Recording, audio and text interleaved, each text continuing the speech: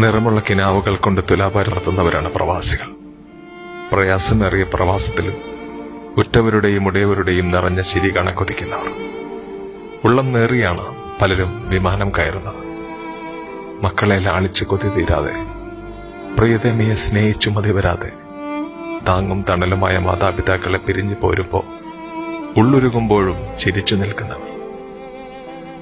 കൂട്ടുകൂടിയ ചങ്കുകളായ ചങ്ങാതിമാർ, പെങ്ങന്മാരും സഹോദരങ്ങളും മനസ്സ് നൊന്ത് യാത്ര പറയുമ്പോൾ വീണ്ടും കാണാമെന്ന പ്രതീക്ഷയോടെ അവർ പുറപ്പെട്ടതാണ്.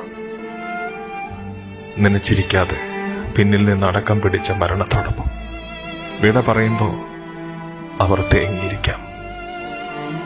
അവർക്ക് കനവ് കണ്ട സ്വപ്നങ്ങളാണ് അസ്തമിച്ചത്. ഉറങ്ങാൻ കിടക്കുമ്പോൾ എന്തൊക്കെയാവും ചിന്തിച്ചിട്ടുണ്ടാവും.